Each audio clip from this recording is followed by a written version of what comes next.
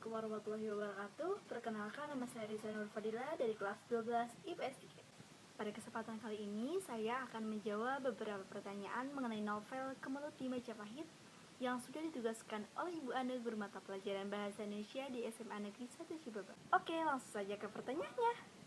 Pertanyaan yang pertama. Kapankah latar waktu cerita dalam kutipan sejarah dibuat? Jawabannya adalah pada masa pemerintahan Majapahit pertama, yaitu Raden Wijaya atau Kertajasa Jayawardana. Pertanyaan kedua. Di manakah latar dalam kutipan sejarah tersebut dibuat?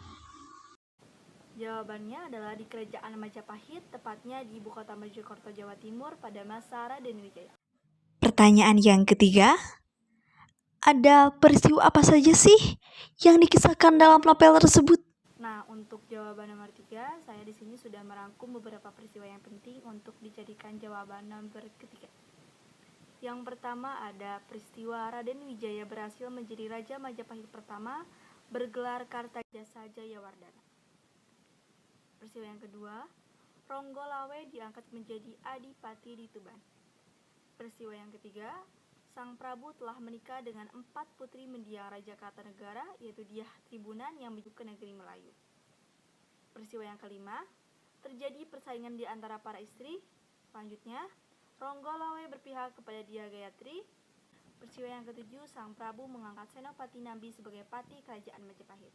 Peristiwa yang terakhir atau peristiwa yang ke-8 yaitu Ronggo Lawe menghadapi Sang Prabu tanpa pemberitahuan dan menentang pengangkatan Patih Nambi. Pertanyaan yang keempat. Siapa saja yang ada dalam cerita novel tersebut?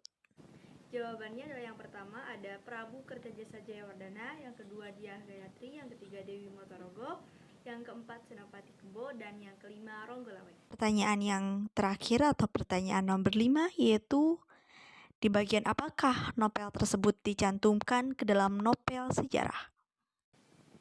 Jawabannya adalah pada penggunaan latar tempat, yaitu di Majapahit.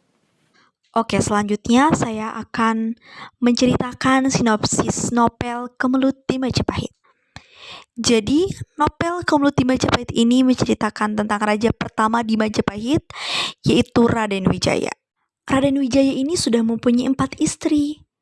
Dahulu kala, Sang Prabu mengutus pasukan untuk ke negeri Melayu. Akan tetapi, pasukan tersebut Raden Wijaya ini sudah mempunyai 4 istri. Dahulu kala, Sang Prabu mengutus pasukan untuk ke negeri Melayu. Akan tetapi, pasukan tersebut tiba-tiba datang.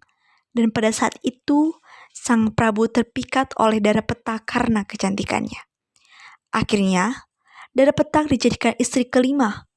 Dan terjadilah persaingan para istri tersebut. Ternyata, Ronggo Lawe berpihak kepada Dyah Gayatri.